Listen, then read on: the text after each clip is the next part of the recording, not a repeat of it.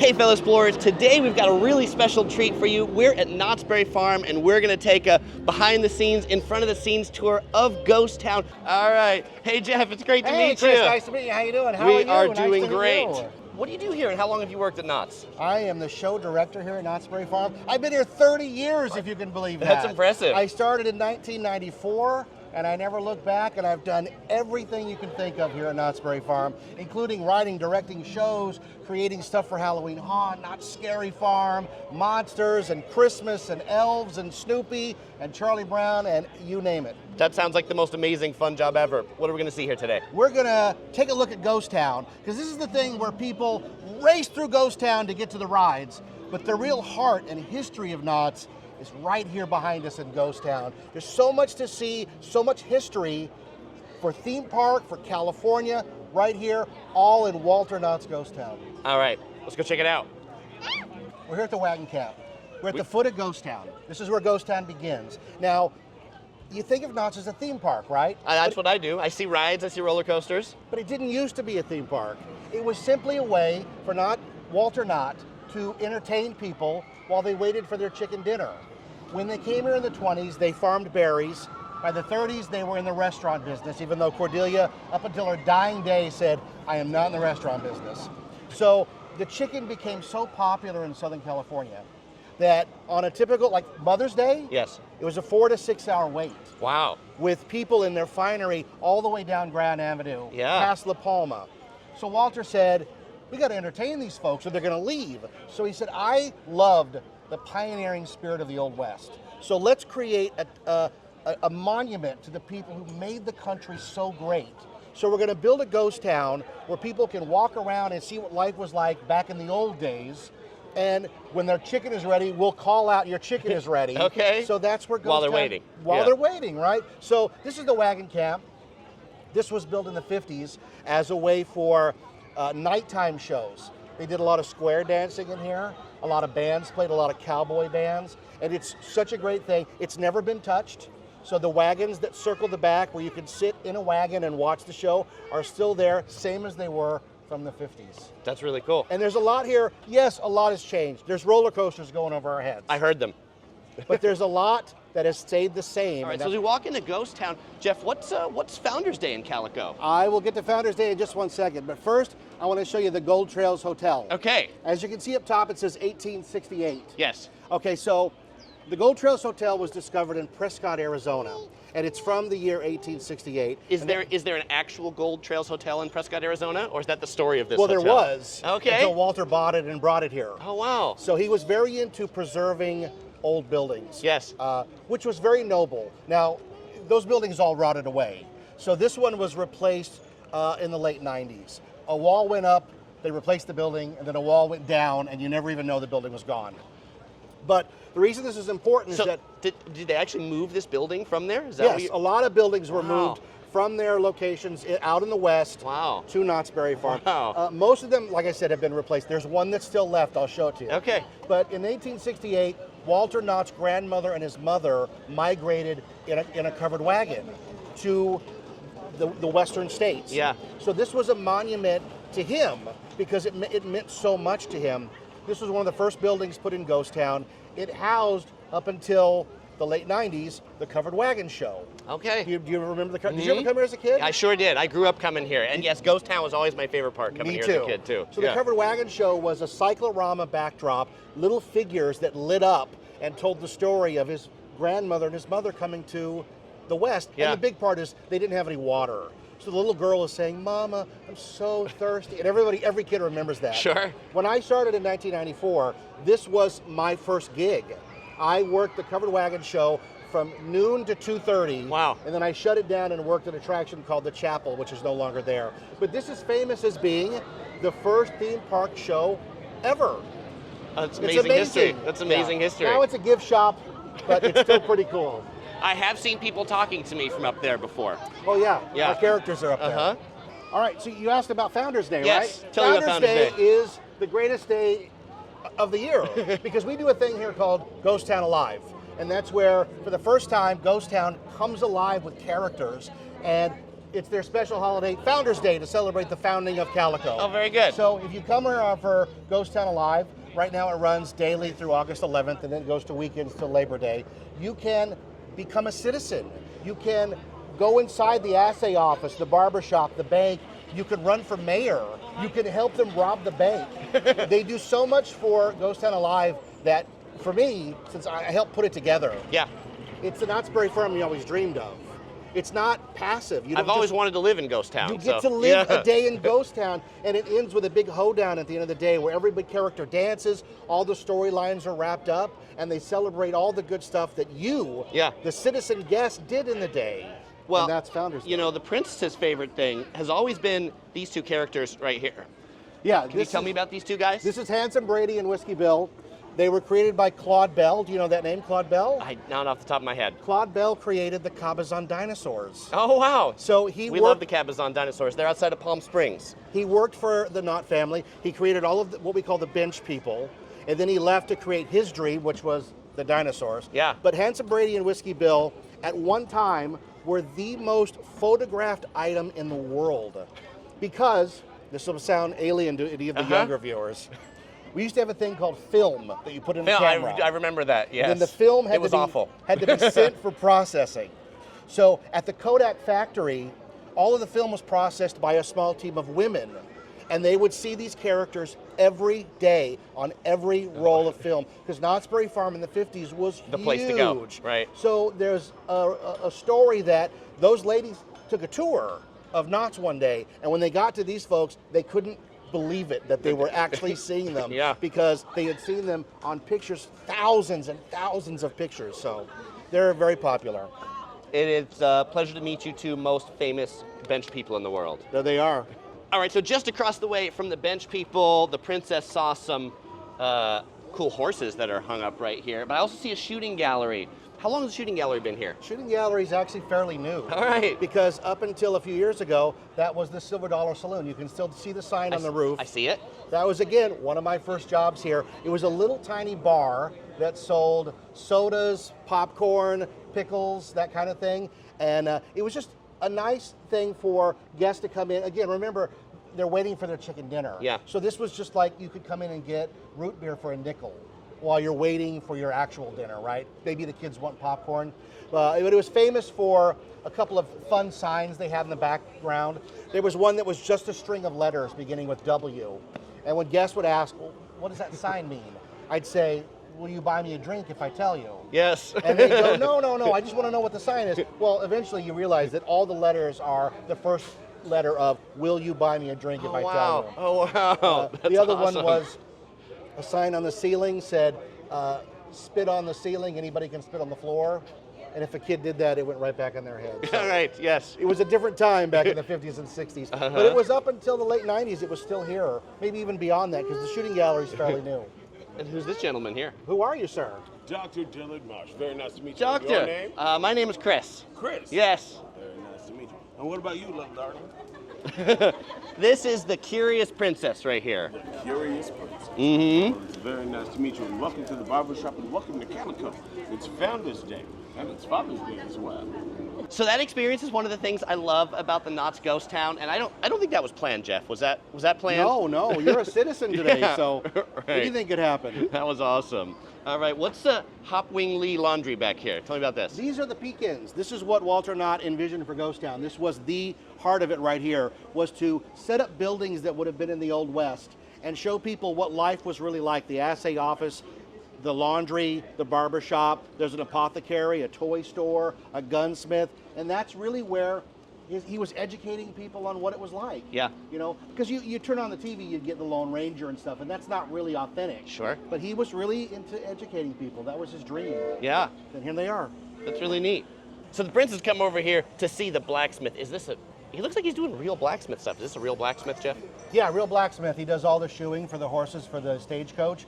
For the actual horses here. Actual horses here. It's Yeah, working out of that blacksmith blacksmith. shop. Yeah, does make souvenirs, does educational tours.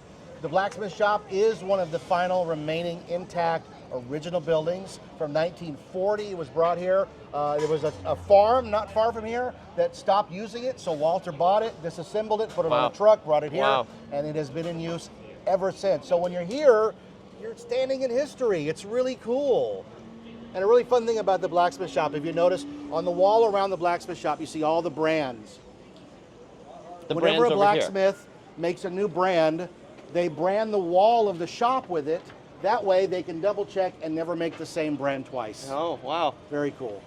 Those are, I feel like, you know, one of the things that are like neat about awesome theme parks are like come by and seeing something new every time, yeah. right? Well, that's what we want is, we're here to show you that there's so much just beyond what you run past to go to the rides. Yes. And the rides are great, don't get me wrong, I love the rides. But again, there's so much unusual history right here. It's very cool. No, the Curious Princess first time at Knott's was actually during COVID when there were no rides. No rides, and the tasting events. That's right, the tasting events. We actually came twice because there was just so much to see and explore even without any rides. The tasting events were great because for a guy like me who loves what he does, I wanted to get back to work as fast as I could. So we were able to get back to work, put characters on the roofs, and write some stuff here and there. Yeah, I did a lot of work during the shutdown era, the tasting area.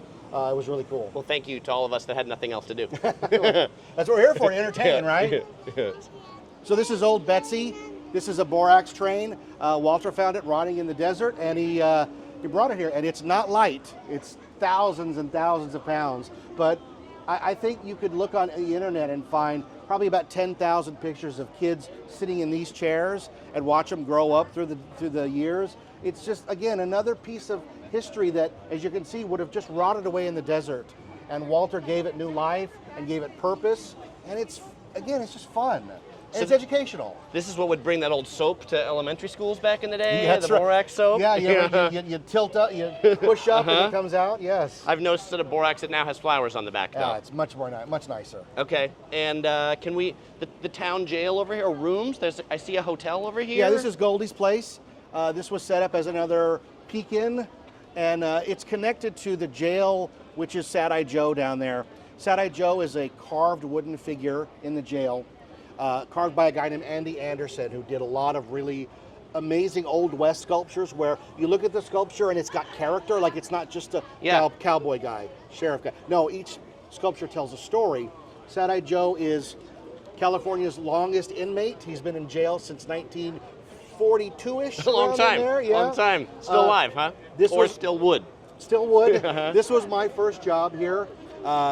When I was a kid, your parents would bring you here, take you down to the jail, and you'd say hello, and the jail guy would say, "Hey Jeff, how you doing?" And you go, "He knows who I am. Oh my gosh." And you get so surprised. And then as an adult, you find out there's a little guy that sits in the window. Oh, and speaks to you through it's a pad of paper. You write the name down. This is my son. You go say hi to him. All right. And back in the day, there's a weird thing about Knott's. Walter didn't hire a lot of people in the early days. People just showed up and said, "I'm a cowboy here now." And Walter said, "Make yourself useful." Eventually that had to change. He had to hire people on. But the jail was crazy because nobody ever took a break.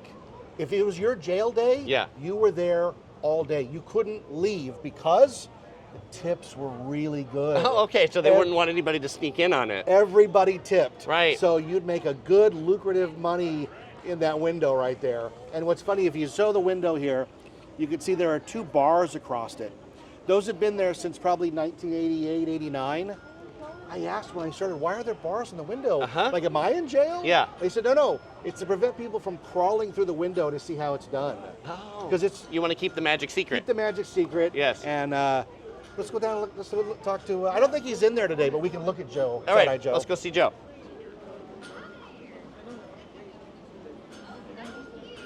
So this is the jail. This is Sad-Eye Joe. He's the most famous resident in Ghost Town. Oh, here we go. He used to get fan mail literally from all over the world, and you can. Are you in there, Joe? Joe's in there. There's a statue in there. Oh, he's snoring. You can hear him snoring.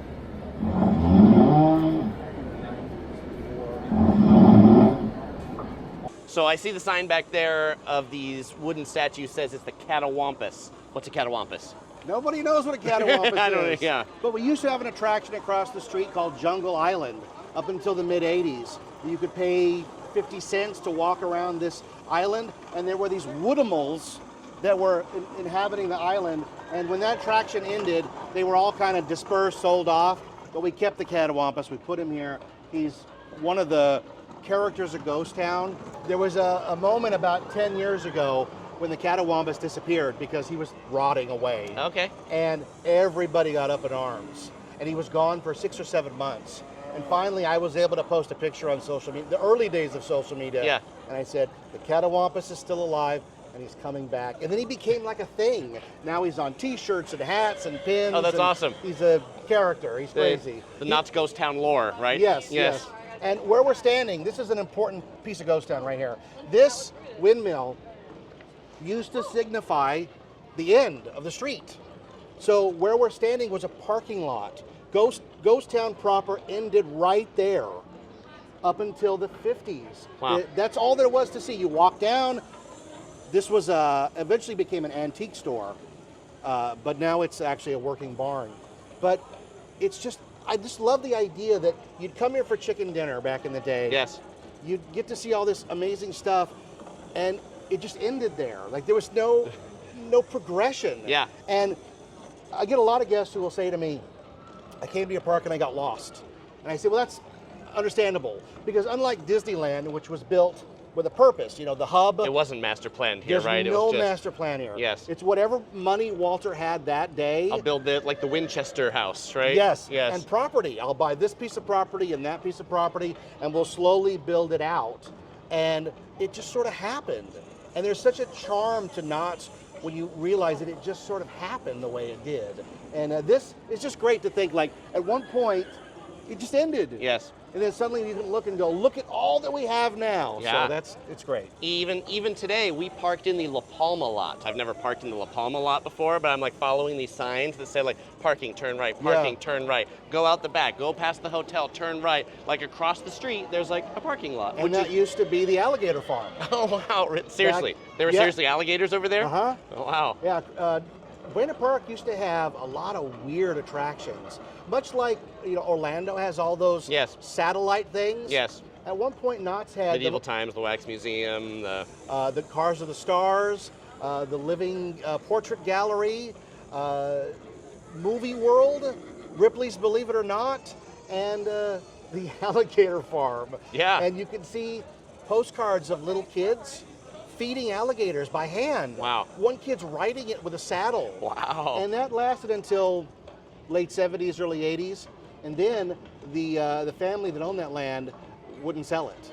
So it was empty for 20 years or longer until we finally got it in the late 90s and made a parking lot out of it. So at least it's being used. Yes. And then right behind that is Bud Hurlbut's barn. You know who Bud Hurlbut was? No, who's Bud? Bud Hurlbut was this amazing visionary who ran like little kiddie parks all over the country. He had one up in LA where you go and there'd be a pony ride and a merry-go-round. He came in and did the same thing for Walter, but he had an idea. He said, I want to build a big ride that looks like you're going into a mine. So Bud Hurlbut built the mine ride, charged 75 cents a ticket, and made back the $1 million in less than a year. Wow. And then built the log ride. Yeah. Is that where the ride started at Knott's? That's where the ride started, 1960. By the 1960, they had the Haunted Shack, which unfortunately is gone now. But you can visit one up at the Calico Ghost Town. Mm-hmm. But Bud wanted to make this big ride, so the mine ride was 1960. Then they added some more, and then 1969 was the log ride where John Wayne christened it with a bottle of boysenberry punch. And then the park just grew and grew. The 70s was the Roaring 20s, then Bigfoot Trail and Indian Trails and Camp Snoopy. Yeah. Oh, yeah. Camp Snoopy, that's the kiddie area, so we're definitely going to go there with the princess later. But you said this is the end of the original part. This is where it ended, right here, yeah. What's over in the new part, I guess, this over way? in the newish part. We're still in the 50s, though. We'll show you. It's, okay. Let's go. take a look. Let's go. Okay, so we have the gun shop here. This is a lessee. Up until 10 years ago, it was the only place in the park where you could buy cigarettes. Just a funny... The lessee, meaning that this is an outside vendor that leases this and operates here. Outside vendor, yes. Okay, yeah. Cool stuff in there. Boot Hill Undertaker, you can peek in and see what happens when you die. There's a great special effect in there. Can you go in, or you just look at it through the window? You just peek in the window there. Okay, let's peek in the window. Yeah, go ahead. I see a big coffin. Yeah.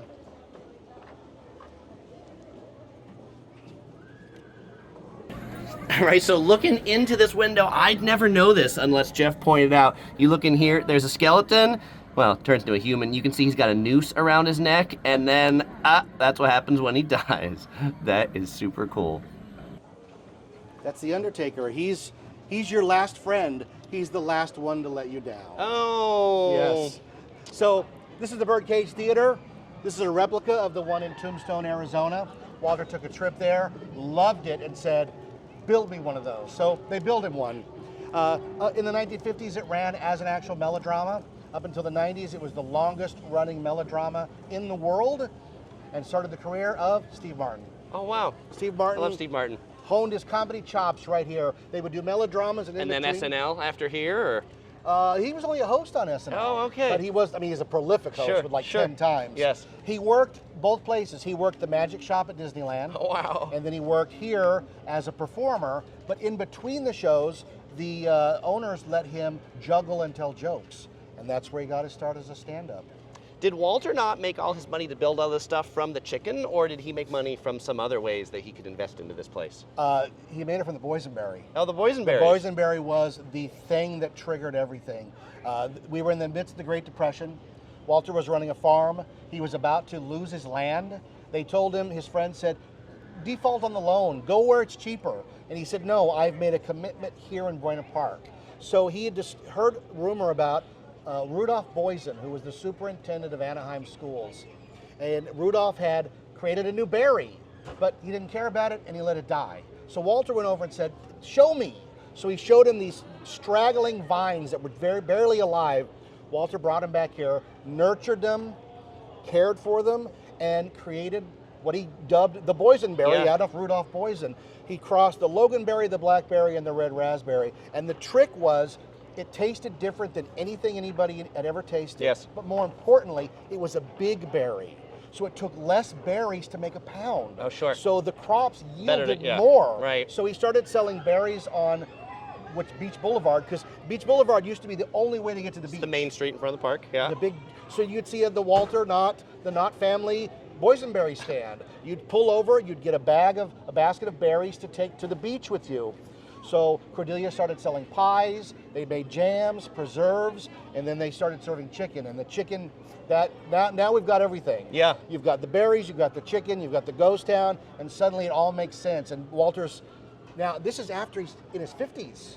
He's not a young guy. Right. He had all this success later in life, which he always would pass on to people and say, it's never too late.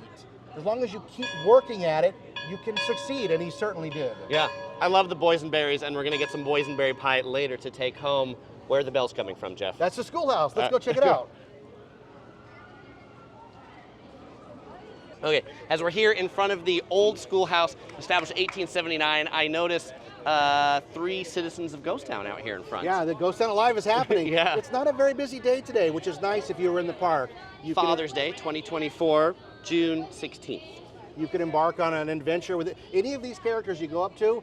Suddenly you're off and running on some task, adventure, mystery, side quest. I feel like I'm playing like an RPG, like I'm playing Fallout or something like that. That's exactly what it is. Yeah. But it's live. Yes. And you can do as much or as little as you want. Right. So it's fun. It's like, when you play video games, you call them like NPCs, the non-player characters, because they're like AI, but like these are actual people. These are the APCs, the awesome player characters. There you go. All right, so tell me about the Schoolhouse. So the Schoolhouse, from 1879, it was built in Beloit, Kansas. And Walter loved it because it showed the pioneer spirit, where even in the middle of nowhere, people wanted to teach their kids. So he bought it, piece by piece, reassembled it here. And the great thing is, in the 50s, the employees sent their kids here. It was a working school in the 50s for the employees. So it worked. Wow. And what's great is... The employees here came to school like in the park. I guess it wasn't... Did they charge admission at that time, or was it just like you no admission. Yeah, right. No. Yeah. It's all free. But in the ghost town, they went to school. They went to school. Yeah. There wasn't a fence put up at admission until 1969. Okay. So from 34-ish, when the chicken dinner restaurant started, till 69, 35 years, it's just a free... Neat. It's a roadside attraction. It's not a theme park until the fence goes up. Yes. But the Schoolhouse is a big key, because the Schoolhouse symbolizes civilization. You're getting things organized, you want to educate people, and I mean, it's great. He preserved it, otherwise it would have been lost to time. Chicken dinners, boysenberries, and even schools. Even schools. And so if you're wondering, fellow explorers, why we're not wearing our signature yellow today, it's because it is Father's Day, and so we decided to become matchy-matchy. What are we wearing, Princess? Flamingos. Ooh, what's in the pocket? Your hand is in the pocket. Okay, so the full circle of life, we've gone from chicken dinners to boysenberries to schools, now to graveyards. We're in Boot Hill. Every town's got to have a Boot Hill. Again, Walter went to Tombstone, went to a lot of the old ghost towns and loved the flavor of having a cemetery nearby. Yeah. And what he did was he saw that a lot of the tombstones there, the markers, were decaying and fading. So he arranged to have them replaced. He took some of them with him. He refurbished them. What you're seeing here are all replicas. But he invented this sandblasting technique where they'd paint on it, then sandblast it, and where the paint was, the letters were now raised. Oh. But you can come in here, all of the tombstones are from history. Even though they seem silly, they're all from history. As you can see, one of them's got a fence around it. Kids always ask why, and we say he was a rich guy, and they put a fence around their grave to keep the coyotes out. Makes sense. Yes. Of course. Yes. But the big one in the middle is Hiram McTavish. That's why you come to Boot Hill. If you step on his grave and you feel his heartbeat, you're saddled with good luck the rest of your life. Good, good. Can I actually feel his heartbeat? Yes. Yes.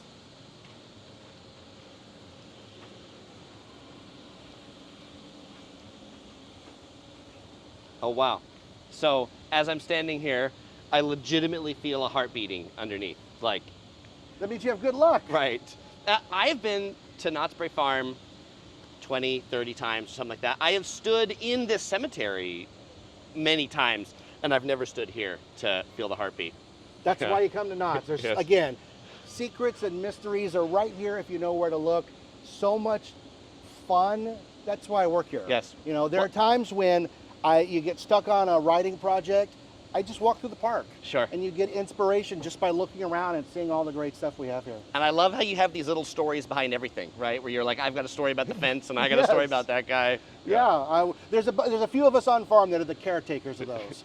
And we pride ourselves on collecting them all and keeping them in our bag. That's great.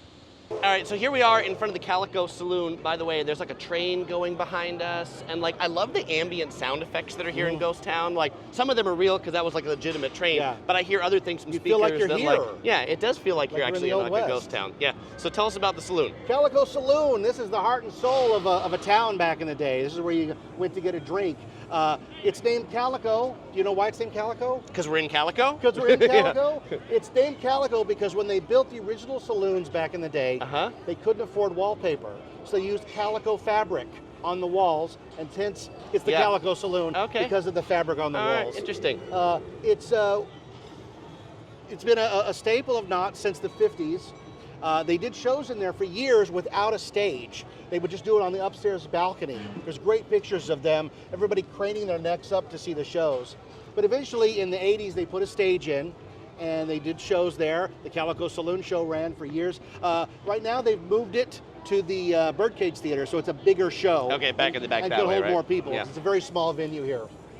But I've spent many afternoons, you go in there and you get a boysenberry punch, you watch a saloon show, and like you said, it feels like you're in the Old West. Yes. When I was a cowboy on the streets, we'd come busting out of there with our guns firing back in the 90s. It was a totally different time, totally fun. We're here in Calico Square. This is the main hub of Knott's Berry Farm, because from here you can go to... There's a donkey behind us, Jeff. There is a donkey. You just don't, That's like... Brutus. That's it. I feel like in most theme parks, you don't just like stand around and then have a donkey come up behind you. So Brutus the donkey. Yeah, Brutus the donkey. There he is. Anyway, you were saying we're here in the Ghost Town Square. You can go, This is like sort of like the hub of Disneyland. You can go to the boardwalk, Fiesta Plaza. Beyond that, it's Camp Snoopy. We used to have a big stage here for shows. We have a smaller stage here for shows now.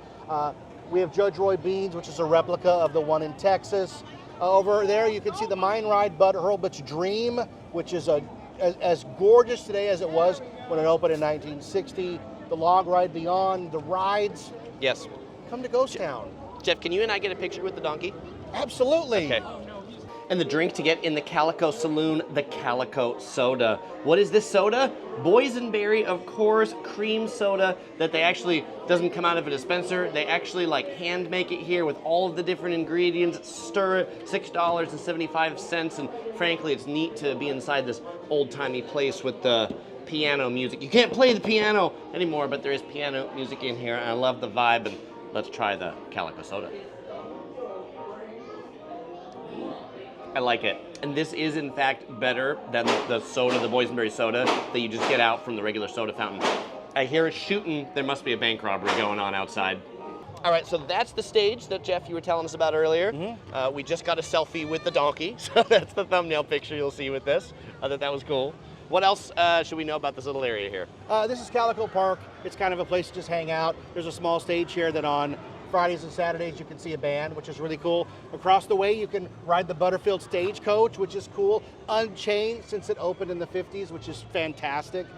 Judge Roy Bean, where you can get a boysenberry punch, a sarsaparilla, or even get hitched. The judge in there will hit you with your loved one.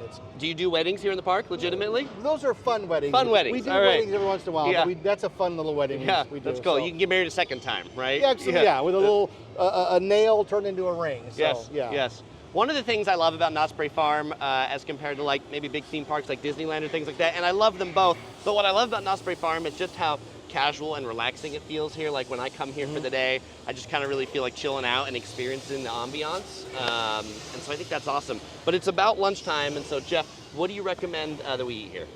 Knott's is known for its food. You can get any number of great things in the park. But what I go for is, we pass it on the way in, the Ghost Town Grill. Okay. It's a great little restaurant. You can sit on the That patio. was the train. You can sit on the patio and watch all the characters do their thing in the streets. A good traveling tip, if you buy a drink in there, the sodas are refillable. That's a good savings for a family. Very good. The food's fantastic, and it's just a nice sit-down restaurant in the middle of Ghost Town, which is a novelty. It's great. Yeah, awesome. We'll do that to eat.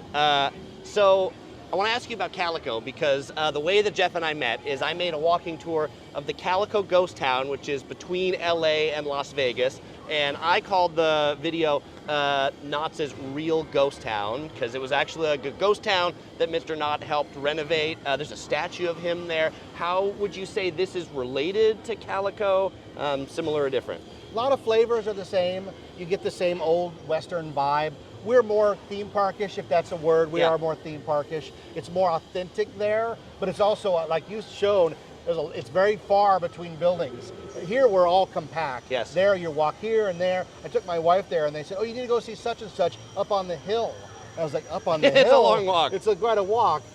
They do have a haunted shack there, which was built by the same people who built the one that used to be here. So if you're into that kind of nostalgia, you can certainly see that one there. You can pan for gold there. It's similar, but you know, when it's all said and done, you leave there, you get in your car. You leave Ghost Town here, you go on a roller coaster. So there's a little difference. For sure, for sure. Well, Jeff, thank you very much. Oh, it's been my pleasure. This was fantastic. If you want to see more about that Calico Ghost Town walking tour where Jeff and I met in the comments, I'll put a link in the description below here on the screen. And next time you come to Knott's Berry Farm, definitely check out all these things in the Ghost Town and linger here for just a while. As usual, we won't say goodbye because we'll see you in the next video.